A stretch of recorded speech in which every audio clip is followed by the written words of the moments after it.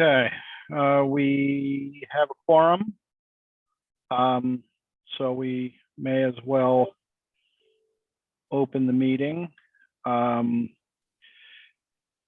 with the usual recitation pursuant to General Laws, Chapter 38, Section 20B, following the declaration of state of emergency in the Commonwealth arising from the COVID-19 pandemic.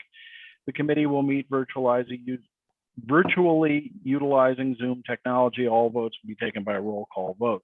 So we should open with a roll call. Adam's not able to join us, but Gina Sino. Present. Mike Barclay. Present. Fran Collins. Present. Patrick Kennedy. I don't see him. He just texted me saying that we had the 6 o'clock call, so I think he'll be here. I'm sure he will then. Mark Maggi. Looks like he's an attendee. He's here. He's coming up. I just moved him up. Good, because then we don't have to draw the short straw for who takes minutes. So, Mark, I got you. Mary McGoldrick. Present. And Meg Wheeler is not with us because it's early April. And, so we have. Sorry, I've been in the background for quite a while. So. Well, you're here now. You're here now at the crucial moment. You can put us down for opening at 6:05. So we have a short agenda, and we want to get up and down before the select board meets at 7. For those of you who weren't with us a few minutes ago, of the current warrant just landed in our inboxes, and we'll open that up and look at it. As open items, apparently there are some CPC issues that are fairly minor, having to do with prior year approvals that need to be expended because the funds appropriated haven't been fully expended in pursuit of the projects. The capital budget committee recommendations, which I understand are have been voted, and the SRF, which is the water department PFAS filter. Chris told us a few minutes ago that the alternative energy committee article is going to be removed from the warrant, simply to be postponed for a future warrant, which is fine. There's a lot. It's pretty. I think I've discussed it with Chris at some length, and I don't think we would have been able to vote on it tonight anyhow. So that just makes our job a little bit more focused. So in terms of the order in which we want to do things, I had noticed that Mike Dick is on as a panelist and Brian Host is attending.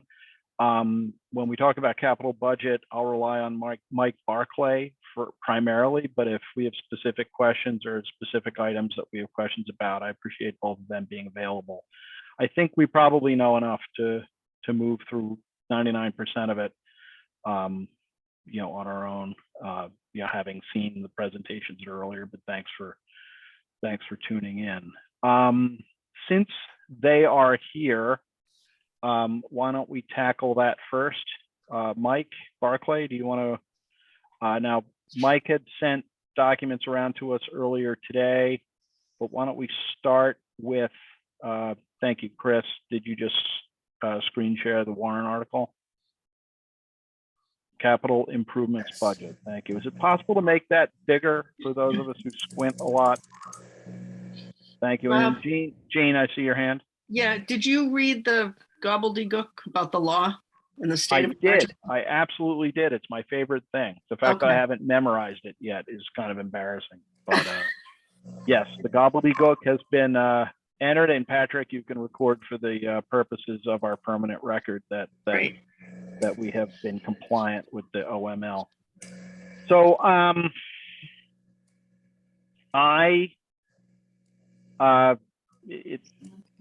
in terms of structuring this conversation, I neither want to spend $2 million without giving it due consideration, but neither do I want to grind through matters unnecessarily that we've already considered. And since the matter opens with water and sewer capital issues, which were discussed with this committee at a meeting I missed, Mike, could you maybe we can group these capital expenditures together for discussion, and then we'll take one big vote at the end. And if in the event there's any dissenting votes, we'll parse them then. Does that make sense to everybody? Fran? Yes. Fran, Yeah, you know, the water main replacement, South Main Street, I thought we were all done. Do you know, anybody know what part of South Main Street they're talking about? Mike? Yeah, I mean, I would actually leave so we had a quick conversation last night about these. As you know, these are just out of the enterprise funds. This isn't out of the capital stabilization fund. My understanding with South Main is that they're still talking to Situate about it. But Mike, since Mike Dick's on the call, maybe Mike can just quickly give you an update on that, because these were all voted at the end of the meeting last night, and I think, if I'm correct, Mike, this is water, not sewer. Oh, okay. Well, we've got water and sewer here before us, right? So, all right. So yeah, maybe Mike Dick can address that then. Sure, thanks. Hi, everybody. What I understand is that these are projects that have yet to begin, if not be completed, I believe due to COVID. So these are funds that have been appropriated. I'm sorry, I could be wrong on that.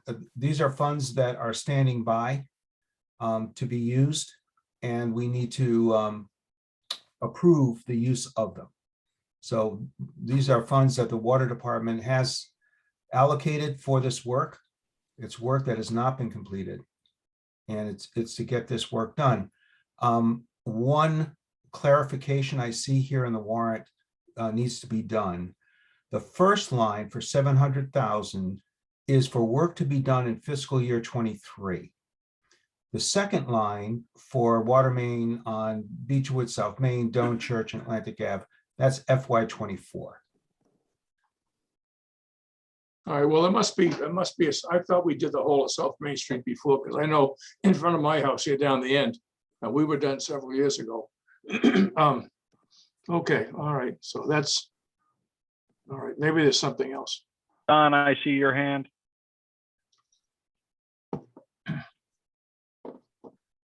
Don?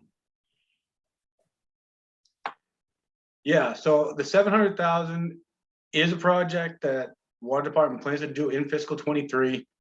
And the 2.6 million are roads or piping that plan to be done in FY24 that we've requested authorization at this town meeting so that we can apply for SRF funding. We just received notification of SRF funding. As you know, we're going through the warrant to get 0%. There's many good factors to going through them. This is just we're authorizing it at this town meeting so we can go through the process of applying to SRF. And that South Main Street is just a small portion, Fran. That's Okay. from Red Lion to Summer Street. Excellent, thank you. You're welcome. Don, can you remind me what SRF stands for? State Revolving Fund. Oh, right. Okay, thank you. And while we're on acronyms, what does that ARPA mean too, ARPA? American Recovery Plan Act. Okay, That's federal. American Rescue, American Recovery. I forget the word, but American Rescue. Thank you. ARPA, yeah. Yes, The sir. Rob, one thing I'd add just on these, because these are separate funds, they're enterprise funds, as everyone knows. Last week, Patrick brought up an interesting question of, what the cost of the Cook Estates fix was. And as you can see in the sewer capital, there is work that needs to be done at the Deer Hill School pump station to accommodate what's going on at Cook Estates. So there is a little bit more of a cost to that than just using sewer capacity.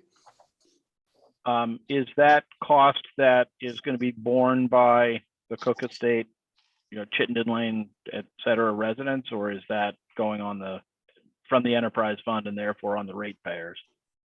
Well, it's my understanding from the representative from sewer last night is this is a somewhat routine, repair at Deer Hill, but that they're doing it to be extra sure that, as they hook up Cook Estate, that there's no problems with it. Mike, would that be a fair way of characterizing that? Yes. Yeah, we asked that question last night. I think there are concerns about making sure we're covering all of the cost to connect the Cook Estate. But Okay. the explanation given to us was this is repair work. I suppose you could question them more deeply as to how can that be classified as repair if you're going to create some new sewer connections. But Bill McGowan, who appeared for the sewer department, told us that they are going to do this repair work as part of their regular repair schedule, and that it will benefit Cook Estate, but it's not the driver for it. Okay. Don? Yeah, that's correct. I just wanted to make that comment that, yeah, you'll expect to see something like this for the next few years as they're looking at, I believe, all 8 pump stations over the next number of years to do whatever rehab or maintenance that needs to be done to each one. And are these, well, first, the CBC obviously recommends the 4 of them. Presumably the water and sewer commissioners have asked to do it.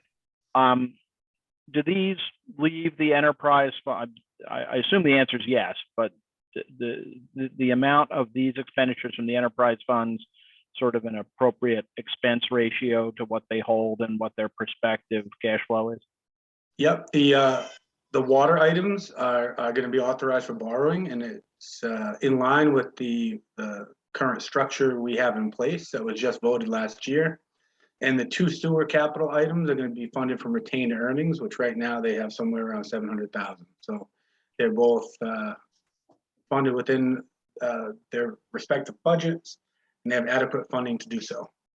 Okay. Does anyone on the advisory committee have further questions about the enterprise fund expenditures? Fran? Sounds like those repairs are anticipatory of not having problems further down the road. Sounds like good maintenance to me. I can't imagine not supporting that. Yeah, I think we all have a sense that keeping these 2 systems maintained is better than the alternative. Yep. Okay, we'll vote the whole thing, the whole article. So why don't we move on to the general fund? I see 23 separate items. Now, fortunately, we have seen many or most of these when the individual departments came to see us.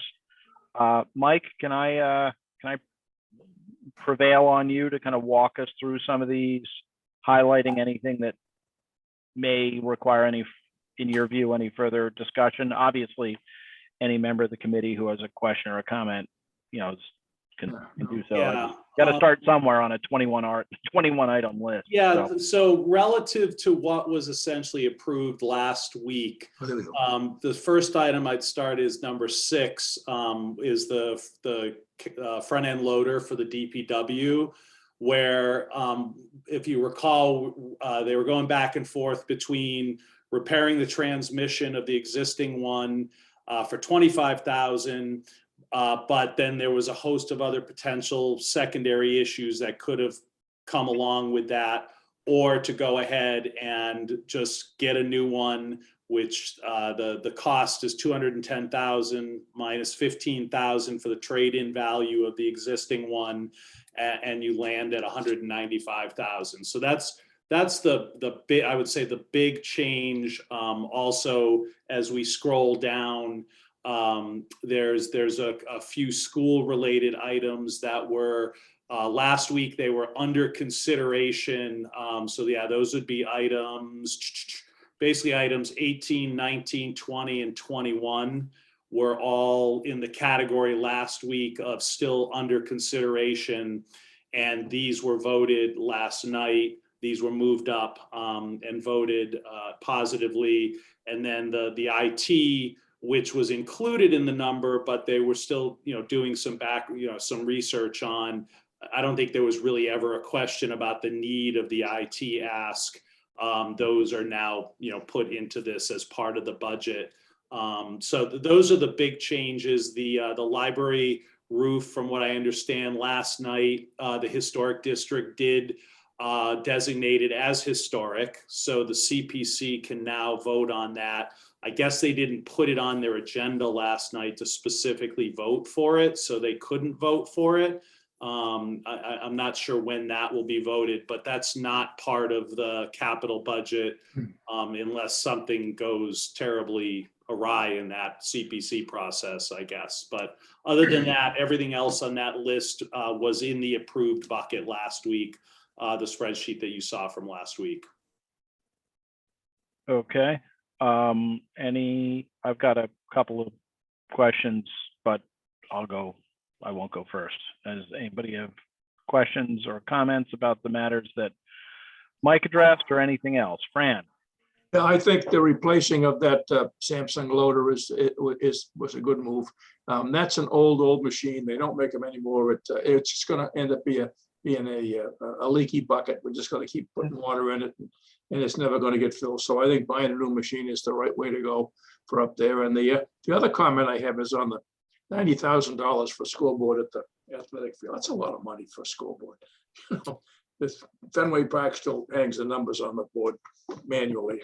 I don't know if we need to have that, but is there any way we can get someone to sponsor that thing and get some money from the town? Somebody wants to say this is seems to me used to be a Pilgrim Bank scoreboard at one point, but Is that in the warrant? if anybody has looked at that, I'd like to know about it. So I didn't think that got voted positively last night. No, that was on the list to be potentially considered, Fran, but it was excuse not. me, you're right. You're right. So Yep. that was not voted for.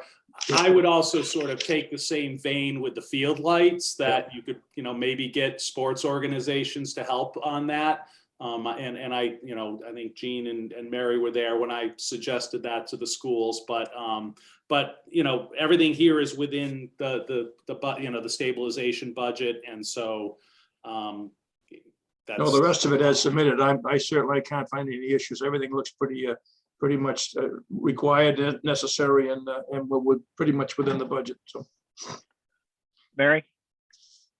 Yes, so for Brian and Mike, just next time the schools come before you, somebody really should be resurrecting the Cohasset Sports Partnership that raised half of the funds for the field. And there is still money in that account.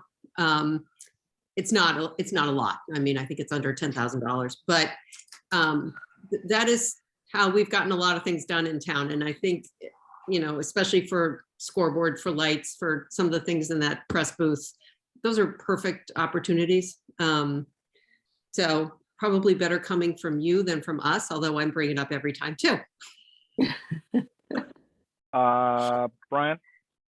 Yes, I just wanted to respond that, we had heard that you, Mary, and others on advisory had made that suggestion, and our committee repeated it to schools, that we believe that the scoreboard was something where they should at least take the lead in raising funding for that. It's not the sole reason that it ended up not getting moved. The reality is that we had other higher priority projects, and it simply, would not have made the cut. Yep. The reason that the lights actually did make the cut, although, they could arguably be funded through the same donor-based mechanism, is that there's actually a compelling cash-on-cash return in terms of replacing the lights with LEDs. It's not an energy savings. It's actually a maintenance savings. So those lights are too high for us to replace with our own bucket truck. So every year, Nick has to basically hire a team of electricians that will go up in an extended reach bucket truck, replace lights, and make repairs to the lights. The cash cost on an annual basis is at least $5,000, and in some years as much as 10. So there's somewhere between a 6 and a 12-year cash-on-cash payback by moving those over to LEDs and getting those legacy lights down as fast as possible. We just didn't see any benefit in waiting. Okay. I just want to get a little bit of clarity on the library roof. Is it, and if it's inappropriate to say this out loud just yet, but is there a level of confidence that this will, that A, it needs to be done, and B, that it will get funded outside of this warrant article? Chris? So the answer, again, I think Brian and Mike will both echo, the answer is yes, it needs to be done. So tonight I'm going to have the select board authorize up to 210,000 from existing ARPA funds, less whatever the CPC approves on Monday night. So we'll be fully funded. That's the plan. I expect that I'll be okay. And again, we were just, the scramble this week with trying to do 3 meetings at one time. The good news, the historical commission got that approved. The good news is that it kind of slipped off the CPC agenda. So I expect on Monday night, they will favorably hear it, whether it's to full 210 or something less. After tonight's select board meeting, I expect it'll be fully funded. So I think we'll be fine. Will that leave an open sub part of an article, a CPC article, that this committee will need to approve at some point before it goes to the town meeting? I don't think so, because it doesn't have to go in front of town meeting. Oh, okay. Well, I'm sorry, that's not true. If CPC, That's what I said.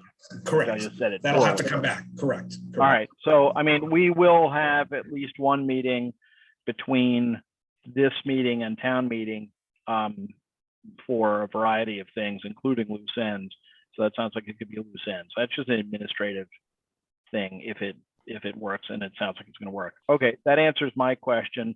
Does anybody else have any questions about these matters? Brian, you have something to let us in on? Right. So 2 points. Number one, this is extremely high priority, and we would not have voted several other items if we were not confident that either CPC or ARPA would get this funded. That's why we were holding back several items as of last week. That was my next question. So thanks. Yeah. And so, hopefully CPC sees this as an opportunity to lead a project that, their charter was literally built to focus on. And we pushed this over to that bucket because we see so many other requests that can't go into other buckets. So we funded those and we pushed this in that direction. That's planned. If they don't do it, ARPA's, hopefully the select board with ARPA will step in and do it. That's our understanding. The second point is that to avoid having to come back and vote, and your committee might want to consider this, we voted to approve it subject to either CPC or ARPA funding. So our committee handled it that way. From our perspective, it's done. We're not, we don't care which does it. Okay, thanks, Brian. We might be able to do that. I could see an impediment to it. Okay. On our just based on our meeting notice for tonight, which is limited to articles, and it's not. But we can do it. We can get it done. So that's not a problem. But thanks. All right. Does anybody else have anything else in the capital budget? Then why don't we have a motion, and we can pick up any further discussion. Patrick, I saw your hand. Yeah, can we go back to the list very quickly, Certainly. just for a second? Chris, can you put that on the screen?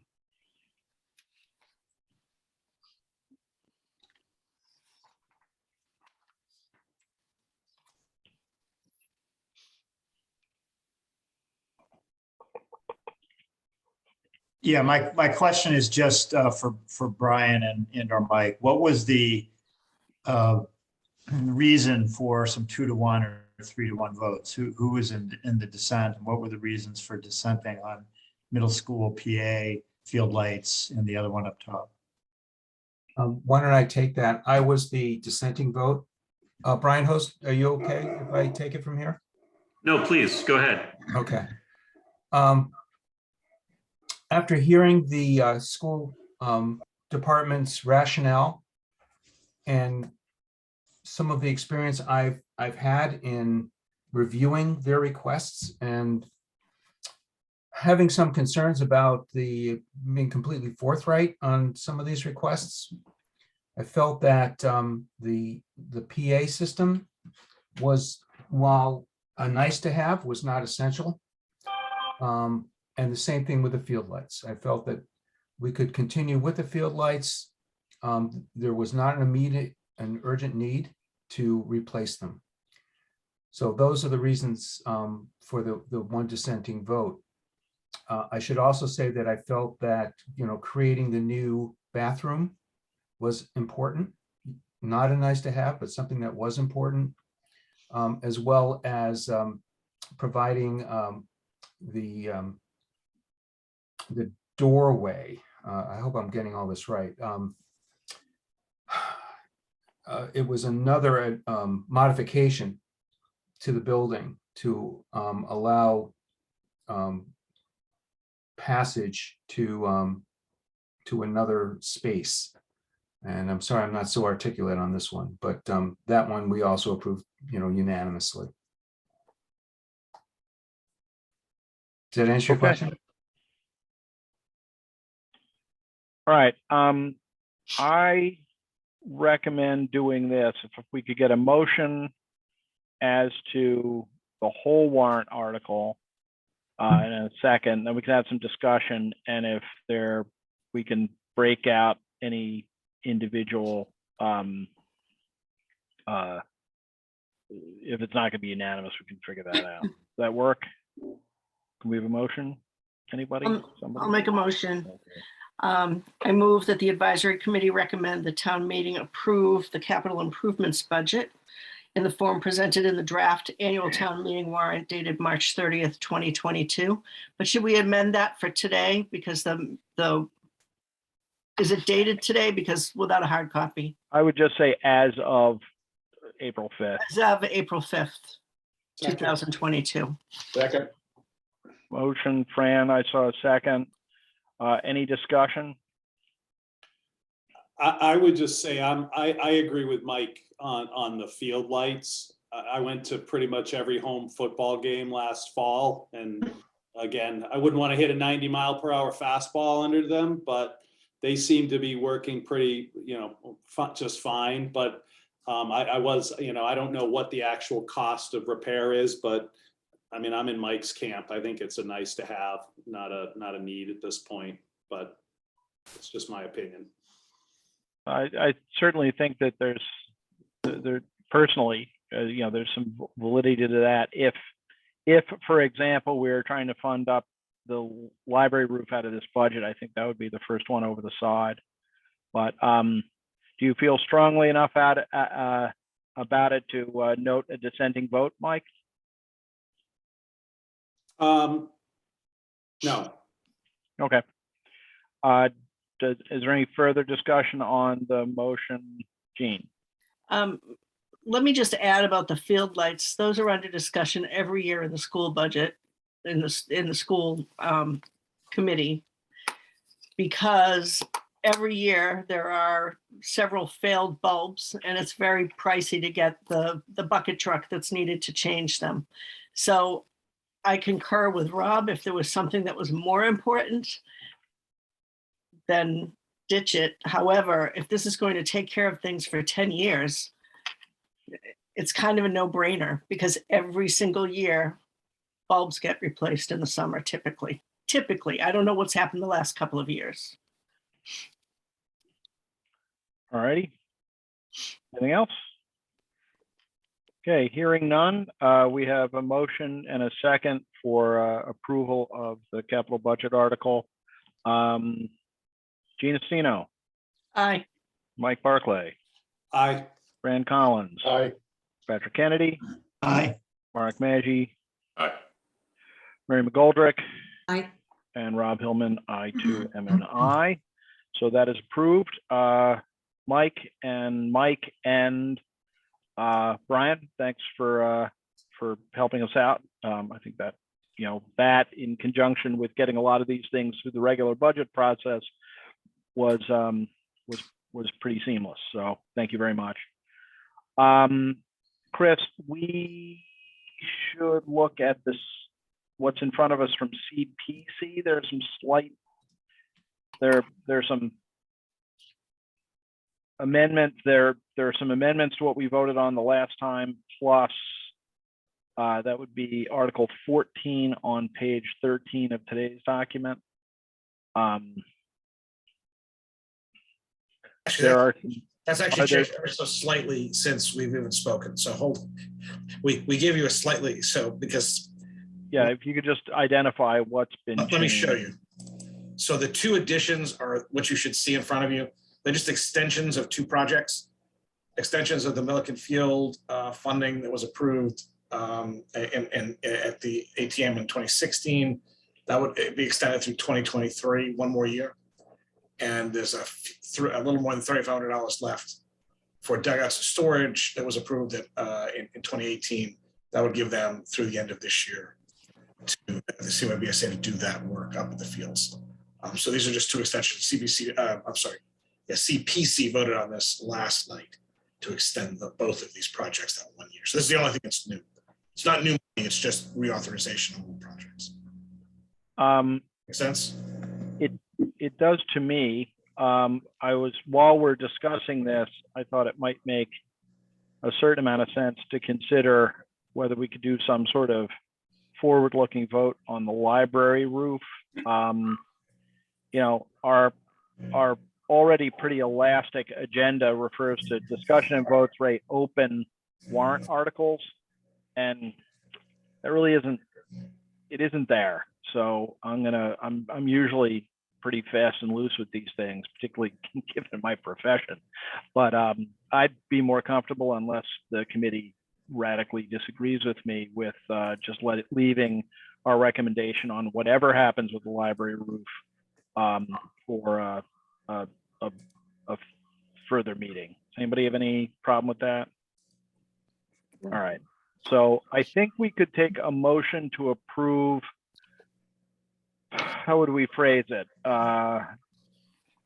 The additional, will these be folded? These will be part of the same warrant article as contains this year's CPC.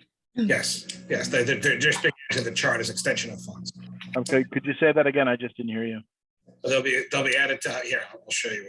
They're just being added to the end of the chart as extension of funds. Like, so I here's see. same thing. Just Can we get maybe a generic motion to approve the recommendations, to recommend the CPC article as amended as of April 5th, and just vote it that way? Okay, I'll make a motion. Thank you. Move that the advisory committee recommend the town meeting approve the Community Preservation Committee's suggested use of funds as of effective via draft warrant presented on April 5th, 2022. Does that work?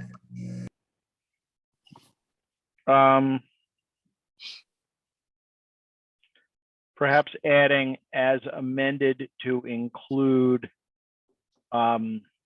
extension of prior year authorizations. That would get because they're not actually in the warrant that we're looking at. So. Oh, okay. So then, oh, all right. Did you get that, Patrick? Cool. All right. Are you satisfied with that motion, Jean? Yes, that's great. Do we have a second? Second. Mike. Okay. Thank you. Any more discussion? This seems pretty obvious to me. Hearing none, we'll proceed to a vote. Gina Stino. Aye. Mike Barclay. Aye. Fran Collins. Aye. Patrick Kennedy. Aye. Mark Maggi. Aye. And Mary McGoldrick. Aye. And Rob Hillman is an aye. The motion carries. Okay, so the last thing on our list for this evening. And Mike, you seconded that, right? That's what I have. Correct. Yeah. Okay, got it. The last thing on our list for this evening, the last open issue we have, has to do with what is presently Article 18 on page 15, the Water Department GAC filter SRF authorization. My recollection is that over the course of a couple of meetings, we all, there was a pretty adequate and thorough explanation of what the filter is and why it's needed. There was some, filling us in on the seriousness of PFAS. I know, for example, that the well field at the end of my street, which provides cheaper water than our surface water options in Cohasset, is not functioning as a well field because of PFAS, and this filter might bring those sources back online. I think what we were left with was hoping for a, I think Mike had articulated the need for a stronger informational summary to really demonstrate to town meeting that this is not going to raise their water rates and is a needed piece of technology. Is that a fair summary? Yeah, So- just that it, especially since it had been mostly approved before, just to remind folks that, this wasn't entirely new, and just to, I guess, simplify it as best as you could in bullet fashion if possible. Yeah, and I think one of the things we'll talk about between now and town meeting is which of these articles we want somebody from a certain person from the advisory committee prepared to give a short, justification in addition to our recommendation at town meeting. And this very well may be one of them, just to make sure, when we listen to the other presentations that, we, say here, but also if there's anything that we think, any of the reasoning we think didn't quite get the right emphasis, we can do that. So are we satisfied? Does anybody have any questions before we start talking about voting on this? Jean? I do have a question. I just want to make sure, because I have a note that we deferred it for language. And I can't tell, obviously, because we just received it, how that language might differ and if it has actually been edited for language. Chris? So council has been tweaking the language. I do have a different informational summary, and I can share that with you now. It's not in what I just sent. Again, this is the challenge of trying to edit things from council 15 minutes before our meeting. So with the deadline, right? So, but I will show it. I will show it to you now. The actual language has been vetted. Has to go through bond council too. So they've tweaked the language on that. I think there's one more thing I have to go back to them and tweak because I think they're forgetting a piece of the project. That said, let me show you the informational summary. And again, this is fully editable. If somebody has any things they want to do, please feel free. I take no pride of authorship. The point of this is simply to make sure people understand it. So the way it's been rewritten is this article authorizes the town to participate in the bonding program of the State Clean Water Revolving Fund. The projects contained within this authorization, a filter system for the Elms Meadow well field and a chlorine treatment process upgrade for the main water plant, were approved at the annual town meeting in May 2021. By participating in the state program, Cohasset will receive lower interest rates, potentially as low as 0%, as well as further incentives from the state depending on availability of funds. Savings have been estimated by the finance department of at least $750,000 over the life of the borrowing. And I can, I added this piece which Don said doesn't matter. Over $1 million if the town receives a 0% interest rate and other revolving fund project incentives. Is that help? We can bullet point it, we can make it look different, but the most important thing is it's already been approved and the town saves money by doing this, which is the two biggest pieces of this. And Don, the 750 is a rock solid guarantee at this point, just in interest rate savings. Jean? So what's in what we received at 6:02 does not include what you just read to us. No. So and the warrant article is the same though. The article itself has not changed. Okay.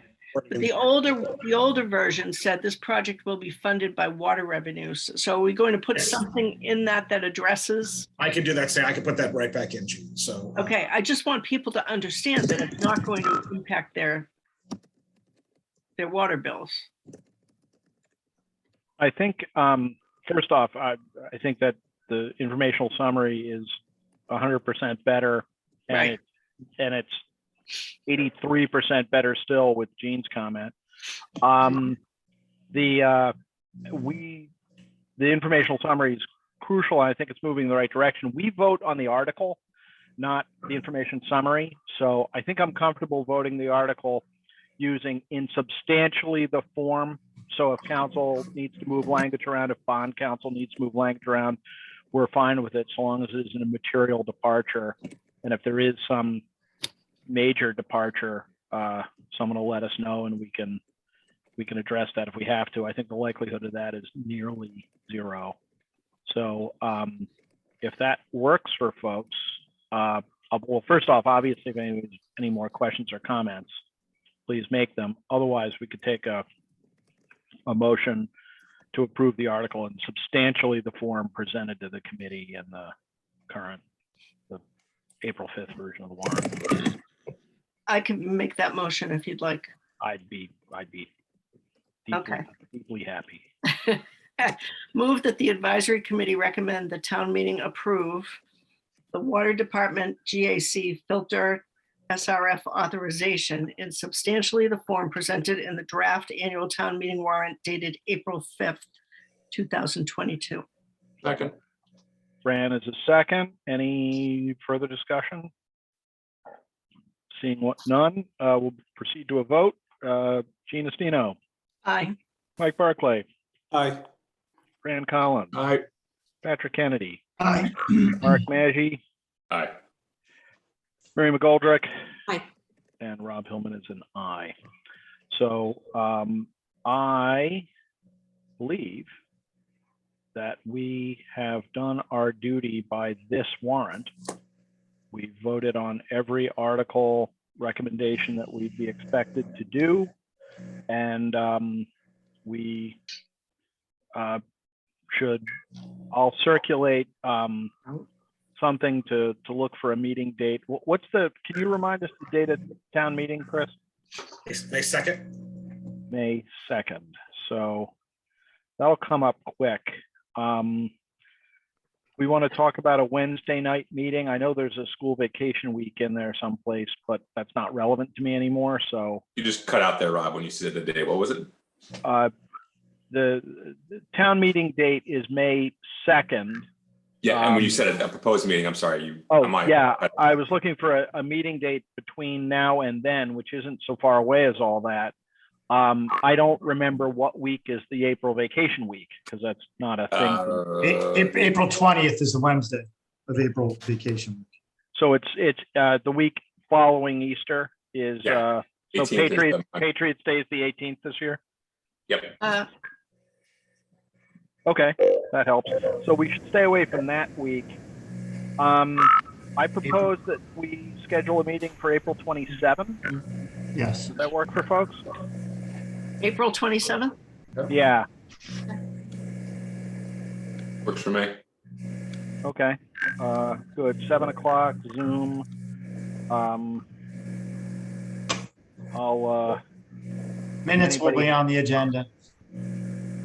excellent. If anybody has anything specific that you'd like on that agenda, including minutes, let me know. Otherwise, I'll look for some topics having to do with any loose ends, anything that needs supplemental votes prior to town meeting, and a discussion of which articles we may want to prepare a statement for, and to delegate one of our members to deliver that statement. I don't think we've got to necessarily draft statements in committee, as long as we kind of give the sense of what we want to, what our logic is, and then let one of our members, do the right thing. But we can talk about that when the time comes. I don't know that there's any individual warrant article that is likely to get the same kind of debate that we ended up with on those zoning articles, but last time. But I think that anyone, if you see it coming, let's talk about it, because I think that was that zoning debate was a lesson in where the advisory committee could weigh in a little bit when things are going in a direction that's inconsistent with our recommendation. If you think so, and we'll do it. Anything else? Cool. Hearing nothing, there's everybody's favorite motion. Motion to adjourn at 6:50. Second. I've got a motion and a second. Discussion, hearing none, we'll move to a vote. Gina Stino, Aye. Mike Barclay, Aye. Fran Collins, Aye. Patrick Kennedy, Aye. Mark Maggi, Aye. Mary McGoldrick. Aye. And Rob Hillman is an aye. So we stand adjourned until the 27th. Thanks, everybody, for lots of work getting through this part. And I think part of our discussion is, what do we do next? And rather than just waiting around for a special town meeting to be on us in terms of, our mission. So we'll talk about all that and more on the 27th. Thank you. Thank you. Good Thank evening. you. Thanks, guys. Thanks, everyone. Thanks. Enjoy the daylight. There's still daylight out there. Thank you very much, everybody. On to select board. Yeah, have fun with that. See ya, Thank you. Chris.